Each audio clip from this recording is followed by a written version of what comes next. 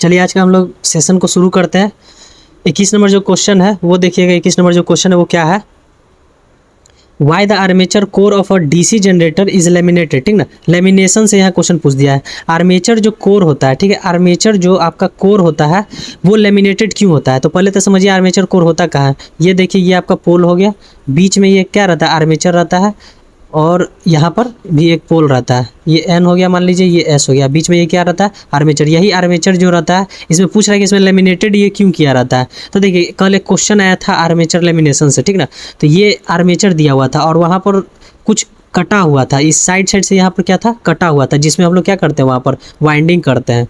इसी में हम लोग क्या करते हैं, वाइंडिंग करते हैं। कटा हुआ जो था वहाँ पर कल, वो आप लोग बढ़िया से अगर प्रीवियस क्वेश्चन देखिएगा तो वहाँ कटा हुआ था। इसी में क्या करते हैं हम लोग, लेमिनेशन करते हैं। लेमिनेशन कॉटन टेप से किया जाता है। किससे किया जाता है, कॉटन टेप से। ये याद रखिएगा हमेशा, कॉटन टेप यहाँ पर से किया जाता है, कॉटन टेप से किया जाता है लेमिनेशन। तो यही पूछ रहा है कि ये आर्मेचर जो है ना, यही आर्मेचर कोर का लेमिनेशन किस लिए किया जाता है, ये पूछ रहा है आपका। ठीक है, तो दो चीज़ आप हमेशा याद रखिएगा, ये दो चीज़ आपसे हमेशा क्वेश्चन पूछेगा कि लेमिनेशन जो है वो किस लिए करते हैं, लेमिनेशन हम लोग किस लिए करते हैं, ठीक है, और हिस्टेरिसिस लॉस, ठीक ना, और स्टील का हम लोग और बढ़िया टेक्निक का, स्टील एंड टेक्निक का हम लोग क्यों यूज़ करते हैं, ठीक ना, टेक्निक का हम लोग क्यों यूज़ करते हैं। तो लेमिनेशन का यूज हम लोग तब करते हैं जब हमको eddy current loss, ED loss जो होता है वो कम करना रहता है। और स्टील बढ़िया पदार्थ का हम लोग बनाने में मोटर या जनरेटर या ट्रांसफार्मर का तब उपयोग करते हैं जब हम लोग का क्या रहता है, हिस्टेरिसिस लॉस कम करना रहता है तब, ठीक ना। ये दोनों चीज़ देखिए, फील करिएगा कि आखिर ये दोनों लॉस होता क्यों है। ईडी लॉस जो होता है वो गैप के कारण होता है। जैसे कि मान लीजिए कि यहाँ पर अगर हम लेमिनेशन नहीं किए, ठीक है, और यहाँ पर सीधे वाइंडिंग कर दिए, यहाँ से हम लोग इसमें आए, फिर यहाँ आए, फिर ऐसे आए, फिर ऐसे आए। मान लीजिए कि यहाँ पर हम लोग यहाँ पर जो पदार्थ बनाए हुए थे और इसके बीच जो लेमिनेशन था ये लेमिनेट नहीं किए, तो देखिए ये जो कॉपर वायर है और ये जो हमारा पदार्थ जिस चीज़ से हम बनाए हैं, स्टील से मान लीजिए बनाए हैं, इसको CRGOS से, ठीक ना, CRGOS मटेरियल रहता है, cold rolled grain oriented steel रहता है, ठीक ना। मान लीजिए इससे हम बनाया, तो ये जो कॉपर वायर है और ये जो खाली यहाँ पर जगह है, इसमें क्या हो जाएगा, लॉस होने लगता है। मतलब कि इस जगह के कारण क्या होता है, वहाँ पर करंट ज़्यादा लॉस होने लगता है, इसीलिए हम लोग वहाँ पर लेमिनेशन का उपयोग करते हैं। तो फील करिए आप लोग क्वेश्चन, मान लीजिए कोई चीज़ है यहाँ पर, मान लीजिए कि एक ये स्लॉट है दिया हुआ, ठीक है, स्लॉट है, यहाँ पर अगर हम लोग कॉपर वायर रख देते हैं सीधा, और यहाँ पर हम लोग क्या किए, यहाँ पर लेमिनेशन नहीं किए, तो ये खाली जगह है, जो लेमिनेशन का जो खाली जगह बच जाता है, यहीं पर क्या रहता है, ये गैप में ईडी लॉस होने लगता है। और अगर मान लीजिए हिस्टेरिसिस लॉस कहाँ होता है, देखिए ये दोनों पॉइंट आप लोग लिख लीजिएगा, ठीक ना, यही दोनों पॉइंट आएगा एग्जाम में, फिर आप लोग कहिएगा कि कहाँ से आ गया। ये दोनों बहुत ज़रूरी है, ये बहुत बार पूछता है, ठीक ना, कहीं भी आपको ट्रांसफार्मर में पूछ सकता है, जनरेटर मोटर में कहीं भी पूछ सकता है। तो क्या बता रहे थे, हिस्टेरिसिस लॉस को फील करिएगा कि ये कैसे होता है। जैसे मान लीजिए कि अगर आप ट्रांसफार्मर का आप ये क्या बनाया है, उसका कोर बनाया है, ठीक ना, ट्रांसफार्मर का आप क्या किए, कोर बनाया, और ये बढ़िया अगर आप मटेरियल नहीं यहाँ पर यूज करिएगा तो इसका जो ये रहता है, क्या कहते हैं उसका, इसका जो बीच का जो कर्ण रहता है, मान लीजिए कि कोई पदार्थ बना हुआ है तो उस कर्ण से ही बना हुआ रहता है। एग्जैक्ट हमको वर्ड नहीं याद आ रहा है अभी तुरंत। मान लीजिए इसके जो बीच का जो जगह रहता है, ठीक ना, वही कमज़ोर रहेगा, तो वहाँ पर भी लॉस होने लगता है। वही लॉस को क्या कहते हैं, हिस्टेरिसिस लॉस कहते हैं, ठीक है। तो फिलहाल इसका आंसर क्या हो जाएगा, reduce the eddy current loss. Lamination का हम लोग उपयोग क्यों करते हैं, लेमिनेशन का यूज़ क्यों करते हैं हम लोग, ताकि ईडी करंट लॉस कम हो पाए। और स्टील ये सब का उपयोग कब करते हैं, जब हिस्टेरिसिस लॉस रहे, ठीक है, हिस्टेरिसिस लॉस कम करना रहे। 22 नंबर क्वेश्चन पे चलते हैं हम लोग, इजी है 22 नंबर भी, ध्यान से आप लोग पढ़िएगा, ठीक है। आर्मेचर रेसिस्टेंस का जनरेटर इज़ वेरी लो, बोल रहा है ना कि आर्मेचर रेसिस्टेंस जो रहता है डीसी जनरेटर का वो लो क्यों रहता है, ठीक ना। तो ये देखिए आप लोग फील करिएगा इस क्वेश्चन को। पहले तो हम आपको पिक्चर बना देते हैं। मान लीजिए कि ये शंट है, ठीक है, आर्मेचर है, शंट नहीं, ये आपको क्या है, यहाँ पर लोड है, इधर मान लीजिए ये लोड आ गया, और ये आपका क्या हो गया, इधर कॉइल हो गया और ये आर्मेचर हो गया, ठीक है। तो बोल रहा है कि ये जो है यहाँ पर ये आर्मेचर का जो वोल्टेज ड्रॉप जो होता है, ठीक ना, यहाँ पर एक वोल्टेज ड्रॉप होता है, वी बराबर क्या होता है, आई आर होता है। इसको कम करने के लिए रहता है। देखिए पहले तो हम आपको आंसर बता देते हैं, फिर बताते हैं कि हो तो यहाँ पर कोई कुछ भी सकता है इसका आंसर, लेकिन वोल्टेज ड्रॉप वाला ही आंसर होगा। ये क्यों होगा ये हम आपको बताते हैं, बाकी सब यहाँ पर मैच नहीं कर रहा है, ठीक है। वोल्टेज ड्रॉप वाला ही यहाँ पर आंसर क्यों होगा, देखिए आर्मेचर रेसिस्टेंस, पहला तो ये पूछा आर्मेचर रेसिस्टेंस कहाँ होगा, आप लोग बता सकते हैं। आर्मेचर रेसिस्टेंस हमेशा आर्मेचर में ही होगा, ठीक है। तो पहले तो ये बोला कि करंट, तो करंट तो यहाँ गलती हो जाएगा। उसके बाद बोलेगा armature with less weight, weight का यहाँ कोई इस्तेमाल नहीं है, तो यही ऑप्शन गलती हो जाएगा। Reduce the temperature of armature, temperature से इसका कोई लेना देना है नहीं, तो देखिए बच जाता है यही। तो इस चीज़ को देखिए जो बी नंबर है इसको हम प्रूफ करते हैं, आपको समझ में आएगा, ठीक है। वी बराबर आई आर होता है, वोल्टेज ड्रॉप अगर निकालना है हम लोग को तो वी बराबर क्या होता है, आई आर होता है। मान लीजिए कि अगर आर को हम लोग कम कर रहे हैं तो यहाँ पर वी क्या हो जाएगा, कम हो जाएगा, ठीक है। तो वोल्टेज ड्रॉप कब कम हो रहा है, जब हम लोग रेसिस्टेंस को कम कर रहे हैं। तो वही तो क्वेश्चन पूछ रहा है कि आर्मेचर रेसिस्टेंस जो है वो कम क्यों होता है और कब होता है। तो वोल्टेज ड्रॉप को क्या करते हैं, कब वेरी लो कब होता है, जब वोल्टेज ड्रॉप कम। तो ऑप्शन में क्या दिया हुआ है, देखिए आर्मेचर वोल्टेज ड्रॉप रिड्यूस, है ना। तो आप लोग सीधा एकदम इस तरीका से पढ़िए ना, को रिलेट करके, तब आपको मजा आएगा, ठीक ना। देखिए क्वेश्चन नंबर 23 में हम लोग चलते हैं। क्वेश्चन नंबर 23 देखिए क्या है, अगर नहीं आएगा तो आप बता सकते हैं, ठीक ना। और उसको हम फिर से आपको उस क्वेश्चन को हम लोग सॉल्व करेंगे, ठीक है। देखिए 23 नंबर बोल रहा है why the DC generator should run in clockwise direction. अब बोल रहा है क्लॉकवाइज डायरेक्शन में क्यों रन करता है ये आपको बताना है। हम लोग जानते हैं कि पंखा उंखा जो भी हमारा क्या रहता है क्लॉकवाइज डायरेक्शन में, हम लोग देखेंगे नीचे से देखते हैं तो वो एंटी क्लॉक रहता है, लेकिन वो क्लॉकवाइज डायरेक्शन में ही घूमता है, ठीक है। तो वही पूछ रहा है कि जनरेटर का जो आर्मेचर होता है या जनरेटर होता है वो क्लॉकवाइज में ही क्यों रहता है। तो देखिए इसके पीछे भी एक थ्योरी है, ठीक ना, वो छोटा सा थ्योरी आप समझिएगा। देखिए जैसे मैग्नेटिक फील्ड है, ठीक है, ये क्या है, मैग्नेटिक फील्ड है। हम लोग जानते हैं कि ये मैग्नेटिक फील्ड के अगर बीच में अगर कुछ हम लोग रख के घुमाते हैं, ठीक है, मान लीजिए कॉपर वायर ही कोई हम लोग रखते हैं तो उसमें क्या होता है, करंट फ्लो होने लगता है इलेक्ट्रॉन की वजह से, ठीक है। मान लीजिए यहाँ पर हम लोग क्या रखे हुए हैं, आर्मेचर रखे हुए हैं, क्या रखे हुए हैं हम लोग, आर्मेचर रखे हुए हैं। इस आर्मेचर में करंट फ्लो कब होगा ये पहले हम आपको बताइए, आप हमको बताइए। मान लीजिए इस चुंबकीय क्षेत्र के दिशा में अगर हम लोग रखेंगे आर्मेचर को तब करंट फ्लो नहीं होगा, ठीक है। या फिर कॉपर वायर को अगर हम आर्मेचर के दिशा में मैग्नेटिक फील्ड के दिशा में अगर हम लोग रखेंगे तो करंट फ्लो नहीं होगा। इसको हमेशा किस दिशा में रखना पड़ेगा, 90 डिग्री में रखना पड़ेगा, ठीक है, बराबर 90 डिग्री पे हम लोग रखेंगे ना, तभी इसमें क्या होगा, करंट फ्लो होगा। इस चीज़ को भी आप लोग हमेशा ध्यान में रखिएगा। पहले तो क्वेश्चन हम लोग क्लॉकवाइज में क्यों रहता है, तो देखिए क्लॉकवाइज में रेजिडुअल जो मैग्नेटिज्म रहता है, रेजिडुअल मैग्नेटिज्म उसको कहते हैं। पहले तो आप लोग यही समझिए, बहुत बच्चों को यही नहीं पता होगा रेजिडुअल मैग्नेटिज्म कहते किसको है। देखिए रेजिडुअल मैग्नेटिज्म उसको कहते हैं जब मान लीजिए कि ये पोल है और ये आर्मेचर है, ठीक है, ये पोल है, इसके बीच में क्या रहता है, इसके बीच में आपको रहता है मैग्नेटिक फील्ड रहता है, ठीक ना, इसके बीच में मैग्नेटिक फील्ड रहता है। अब मैग्नेटिक फील्ड जब मान लीजिए कि ये इसमें अगर मोटर है, ये ठीक है मोटर है, तो इसमें अगर दिए हैं तो इसके बीच में क्या बचेगा, ये आपको जब हम इसको वोल्टेज का करंट यहाँ देना अगर बंद कर दें तो इसके बीच में क्या रहता है, थोड़ा ना थोड़ा यहाँ पर क्या बच ही जाता है, ठीक है। जैसे कि हाई वोल्टेज जो वायर रहता है मेरा, अगर इसमें अगर हम लोग करंट को क्या करें, फ्लो को बंद भी कर देना, अगर हाई वोल्टेज वायर में से अगर करंट फ्लो को हम लोग अगर बंद भी कर दें यहाँ पर, ठीक है, फिर भी यहाँ पर इस वायर में क्या रहता है, वहाँ पर वोल्टेज रहता ही है। इसलिए अगर देखिएगा ना हाई वोल्टेज को पहले हाई वोल्टेज वायर को रिपेयर करने से पहले ग्राउंडेड वहाँ पर किया जाता है। वही चीज़ यहाँ पर कह रहा है कि ये जो मैग्नेटिक जो फील्ड रहता है वहाँ पर सब कुछ समाप्त होने के बाद भी थोड़ा ना थोड़ा यहाँ पर क्या रहता है, मैग्नेटिक फील्ड यहाँ पर रहता है बचा हुआ, उसी को हम लोग क्या कहते हैं, रेजिडुअल मैग्नेटिज्म कहते हैं, ठीक है। तो उसी के बारे में बोल रहा है, इसी को प्रोटेक्ट करने के लिए क्या करता है, क्लॉकवाइज डायरेक्शन में रहता है। तो अभी तो आपको नहीं समझ में आएगा, लेकिन अब समझ में आएगा। देखिए ये तो हम आपको बता दिए कि ये सीधा इसी के दिशा में रहेगा तब उत्पन्न होगा आर्मेचर में, ठीक है। ये आर्मेचर में क्या होगा, तभी इसमें धारा उत्पन्न होगा।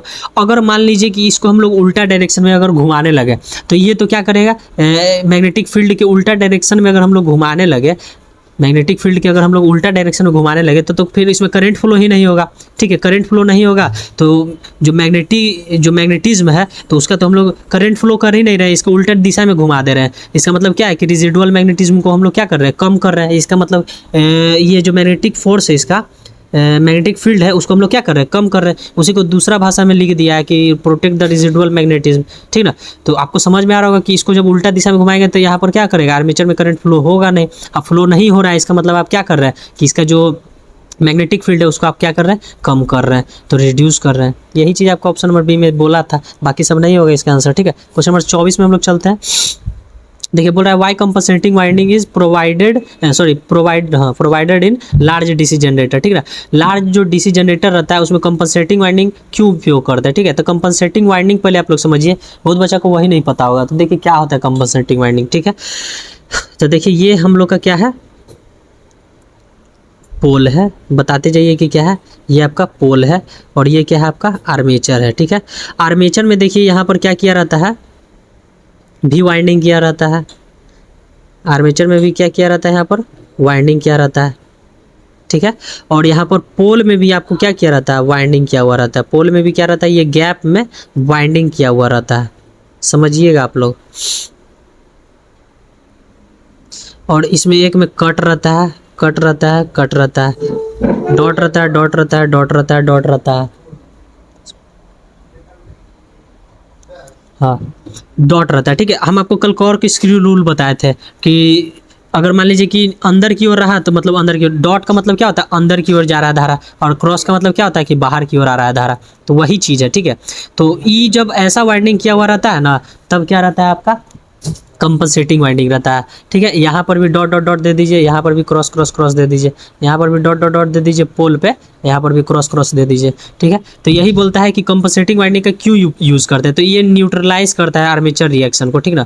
आर्मेचर रिएक्शन किसको कहते हैं, आर्मेचर रिएक्शन समझिएगा किसको कहते हैं, ये आपको याद करने वाला है, लेकिन हम आपको सब कुछ समझा देंगे कि आपको दिक्कत ना हो, ठीक है। आर्मेचर रिएक्शन क्या होता है, जो आर्मेचर में जो करंट उत्पन्न होता है, आर्मेचर में जो हमारा करंट उत्पन्न होता है, ठीक है, वो जो इसका मैग्नेटिक फील्ड रहता है, आर्मेचर करंट जो रहता है वो मैग्नेटिक फील्ड को क्या करता है, काटने लगता है, मतलब कि कम करने लगता है। उसी को हम लोग क्या करते हैं, आर्मेचर रिएक्शन इफेक्ट कहते हैं, ठीक ना। तो उसी को कम करने के लिए ऐसा हम लोग करते हैं, इस वाइंडिंग का हम लोग उपयोग करते हैं, ठीक है। तो आपको आपसे कभी भी कोई पूछेगा कि आर्मेचर रिएक्शन किसको कहते हैं, तो बोलिए मेरे पीछे किसको कहते हैं। जब आर्मेचर करंट जो रहता है, आर्मेचर करंट जो रहता है वो मैग्नेटिक फील्ड को क्या करता है, काटने लगता है। उसी समय क्या होता है, काटने लगता है, तो वही रिएक्शन हो जाता है, ठीक है। कंपनसेटिंग वाइंडिंग का हम लोग इसमें यूज़ करते हैं। चलिए क्वेश्चन नंबर 5 में हम लोग चलते हैं, यानी 25 नंबर में चलते हैं। देखिए 25 नंबर क्वेश्चन क्या था, व्हाट इज द, एक सेकेंड 25 नंबर देख लेते हैं। What is the reason of DC generator fails build up voltage, ठीक ना। बोल रहा है आपको कि वाई जो है DC generator fails build up voltage, क्यों वोल्टेज जो है बनाना बंद कर देता है डीसी जनरेटर, यही आपसे क्वेश्चन पूछ रहा है। तो देखिए इसका जो आंसर है वो field resistance is above critical resistance. देखिए पहले आप लोग समझिए ये आंसर क्यों है और कैसे है, ठीक है। क्रिटिकल रेसिस्टेंस आपको लग रहा होगा कि सीधे हम आंसर बता दे रहे हैं, लेकिन हम देखिए हमको समझ में आ रहा है कि क्वेश्चन क्या है, इसलिए हम सीधा आपको आंसर बता दे रहे हैं। हम आपको समझाते हैं, फिर आपको कोई दिक्कत नहीं होगा। क्रिटिकल रेसिस्टेंस उसको कहते हैं कि उस मैक्सिमम मान, वो मैक्सिमम रेसिस्टेंस, ठीक ना, उस मैक्सिमम रेसिस्टेंस में जहाँ पर वो, जैसे मान लीजिए कि एक पीक वैल्यू मानिए, जो वहाँ पीक वैल्यू अपने मन में सोचिए कि उतना रेसिस्टेंस अगर रहेगा ना, उतना से नीचे क्या करेगा, डीसी जनरेटर ऑन हो सकता है, मतलब कि वो क्या करेगा, सेल्फ एक्साइट हो सकता है। उतना अगर रेसिस्टेंस, उससे थोड़ा सा भी ज़्यादा अगर रेसिस्टेंस रहा ना तो सेल्फ एक्साइट नहीं हो पाएगा। उसी को क्रिटिकल रेसिस्टेंस कहते हैं, ठीक है। Above critical resistance, above critical resistance तो इसको वो मैक्सिमम मान जिसके नीचे वो क्या करे, सेल्फ एक्साइट हो जाए। उससे ज़्यादा होगा जैसे ही वो नहीं सेल्फ एक्साइट हो पाएगा। इसका मतलब सेल्फ एक्साइट मतलब क्या हुआ, सेल्फ एक्साइट मतलब क्या हुआ, इसीलिए तो इंग्लिश नहीं बोल रहे हैं आप लोग को, हिंदी में ही हम समझा रहे हैं। सेल्फ एक्साइट मतलब क्या होता है, जहाँ से चालू हो जाए, ठीक है। सेल्फ एक्साइट मतलब चालू हो जाए, उसके एबव रहेगा, ठीक है, उसके एबव रहेगा। क्यों फेल्स बोल रहा है, ठीक ना। आप क्वेश्चन पढ़िए, फेल्स कब फेल्स हो जाएगा बिल्डअप वोल्टेज में, जब क्रिटिकल रेसिस्टेंस ज़्यादा रहेगा। अभी ना आपको बोले उस समय से वो क्या करेगा, चालू नहीं हो पाएगा। क्या करेगा, चालू नहीं होगा। कब नहीं चालू होगा भाई, जब एबव रहेगा उस उतना मान मैक्सिमम रेसिस्टेंस पे, मतलब कि उतना मैक्सिमम रेसिस्टेंस पे जहाँ से वो चालू होना नहीं, मतलब चालू नहीं हो पाएगा, उसके ही नीचे चालू हो पाएगा। तो कहाँ पर, क्रिटिकल रेसिस्टेंस जब ऊपर होगा तब उसके, ठीक है। मतलब फील करिए क्वेश्चन को आप, ठीक है। वर्ड पे जाइए, एकदम वर्ड पे देखिए कि वर्ड क्या कर रहा है। इसको आप ऐसे नहीं समझ जाएगा कि बॉय इज ईटिंग मैंगो इस टाइप से, वो ऐसा नहीं है यहाँ पर, ठीक ना। अब देखिए क्वेश्चन नंबर 26 में हम लोग चलते हैं। क्वेश्चन नंबर 26 देखो, what is the name of generator if it's field is connected in parallel. कल ही हम आपको बताए थे कि जब इसका जो फील्ड वाइंडिंग रहता है, मतलब जो ई कॉइल जो रहता है आर्मेचर के क्या रहता है, पैरेलल में रहता है, पैरेलल में रहता है, इसका मतलब देखिए कनेक्टेड इन पैरेलल। पैरेलल मतलब हम कल ही आपको बताए थे कि शंट होता है। पैरेलल मतलब क्या होता है, शंट होता है। और एक शंट मतलब क्या होता है, छोटा प्रतिरोध भी होता है, छोटा प्रतिरोध, ठीक है। छोटा रेसिस्टेंस को भी हम लोग क्या कहते हैं, शंट ही कहते हैं। और अगर पैरेलल में अगर आर्मेचर के रहा तो उसको भी शंट ही कहेंगे। तो शंट जनरेटर में कल ही हम आपको बता दिए थे, इसीलिए बोलते हैं सारा क्लास को आप लोग ध्यान से एकदम पढ़िए, तब आपको समझ में आएगा, ठीक ना। अब देखिए क्वेश्चन हम लोग 27 पे चलते हैं।